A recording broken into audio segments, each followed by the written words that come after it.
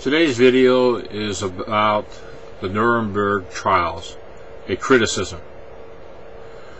This doesn't take very long to explain this. The Nuremberg trials, as we all know, has to do with crimes against humanity and during World War II against specifically the Jews, what have you, and the burning up and the gas ovens and so on. A little backdrop information, though, would indicate that the gas ovens in Germany, along with the numbering of their people, was done by the United States, by the way. And there was good reason to get rid of the Jews for a number of reasons. Was to avert some of the debt problems having to do with World War I, and the Christian coalition, and so on. But you see, when a guy works for the German army and he's a captain or a general or whatever, and he's told what to do, he's under a dictatorship. Okay, in a dictatorship, he doesn't have the freedom to say no or yes, to say no to the program, because if he does, he ends up dead. Unlike a democracy, or in the case with our country, really a republic, but let's say a democracy.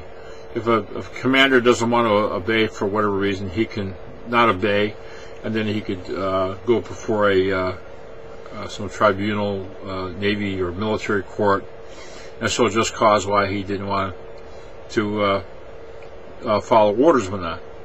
And in any event, he stays alive.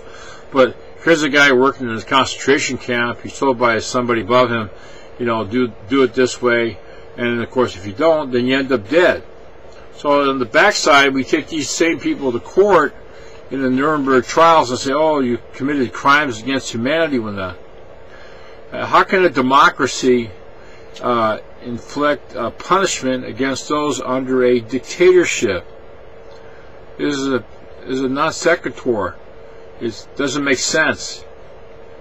Howbeit, it may have been a bad thing that they did, but they were constrained to do nothing else. It's either somebody was going to die, either in this case the Jews, or the commander. And then as soon as that commander is killed, he's replaced with somebody else that follows the orders when that, So, and then the other bigger picture of things is, who's to say what's considered crimes against humanity? Even the Jews recognize during their lineage of history that when you had a conflict with an enemy, that you weren't just going to destroy the men or the buildings or whatever. You were to destroy the women and the children and all their cattle and that. Well, I think they call a religious word called a jihad or something like that. So you hear the Jews are crying Holocaust, and how they get victimized and all that bullshit.